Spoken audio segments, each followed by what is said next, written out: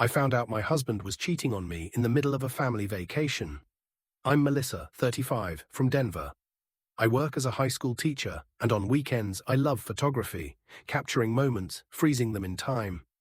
Maybe that's why the memory of what happened feels burned into me like a photograph I can't delete. My husband, Tom, 38, worked as a financial advisor. People saw him as responsible, polished, a guy who had his life together. We'd been married for 9 years, raising 2 kids, and we decided to take them to Orlando for a week of theme parks. I thought it would be a memory-making trip for all the right reasons. Tom had been acting restless lately, glued to his phone, disappearing for client calls, brushing me off when I asked for help with the kids. I chalked it up to stress. Big mistake. The breaking point came at the hotel pool. I was with our kids, ordering nachos, when one of the waitresses looked at me strangely. She leaned closer and whispered, "I'm sorry, but isn't your husband staying here with another woman too?" My heart stopped. I pressed her for details, and she hesitated, then said she'd seen him earlier that day with a brunette in a red bikini, kissing by the cabanas. I didn't want to believe her, but when I went back upstairs to grab sunscreen, I saw it with my own eyes. Room 418's door was cracked open, and Tom's laugh, his very specific, dorky laugh, spilled into the hallway.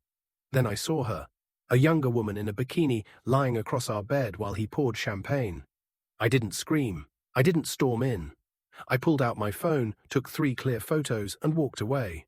Later, when he finally stumbled back to our room, sweaty and smug, I sat him down and showed him the evidence.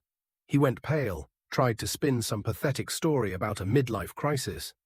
I told him the real crisis was that he'd just detonated our family. I called the hotel manager, had him removed from the room, and put the entire bill, $2,146 for 5 nights, on his card. Then I called my bank and froze our joint accounts before he could drain them. What followed was chaos. He flooded my phone with apologies, sent flowers to my parents' house, even tried to convince the kids it was all a misunderstanding.